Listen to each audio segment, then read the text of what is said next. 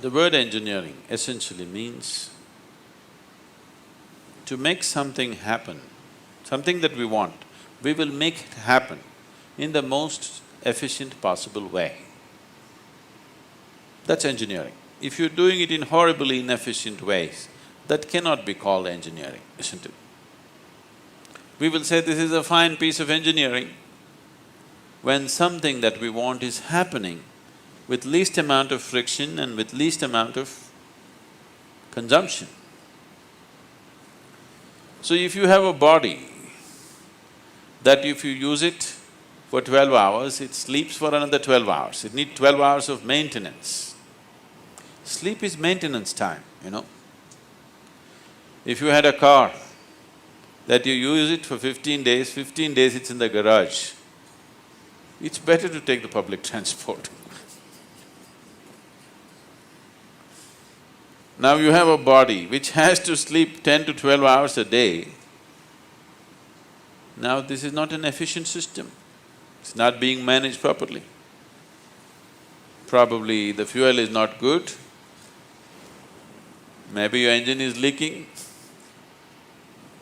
So is this all physical? No. Maybe medically you have been certified fit, but still, if you need to sleep 8 to 10 hours, which unfortunately people are saying, qualified people are saying is standard that every human being must sleep 8 to 10 hours. That's a horribly inefficient perception of what a human machine is, isn't it? This is the most sophisticated machinery on the planet, this human mechanism. If this mechanism is made such a way that half the time it's in maintenance, you cannot call it the most sophisticated. It's very simple. I will give you simply 3 things. Just do these 3 things, you will see your sleep quota will come down dramatically. Very simple things. Extremely simple things that you just do for 10-15 minutes a day, you will see your sleep quota will come down dramatically. I'll give you something else, another 3 things to do, very simple things. You do this, your food quota can be brought down to at least 30 to 40% of what you're eating, still maintain your weight, maintain much more activity than you're maintaining right now, and with much less sleep. So, you engineer something because you want to run it more efficiently.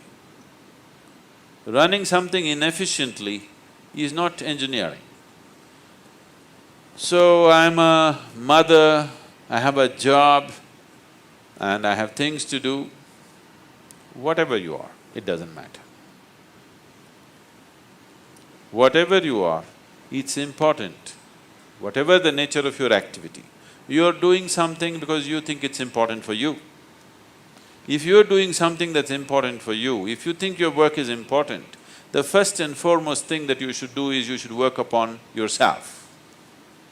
Inner engineering is a systematic way of working upon yourself, not just in the body, not just in the mind, not just in the emotional level, but all aspects. Your body, mind, emotion and energy, if all these things are aligned and organized properly, this machine will work so much more efficiently. So the amount of sleep that you need, the amount of food that you need, the volume of rest that the body demands can be brought down considerably. At the same time, the volume of activity can be greatly enhanced and made more efficient and more effective. Especially if you're a mother. Your responsibility is not just for making your life work well. Now you've taken the responsibility of making 1 or 2 more lives, their lives to work well. When you dare to take such a responsibility, I think you must do inner engineering. There is no choice for you.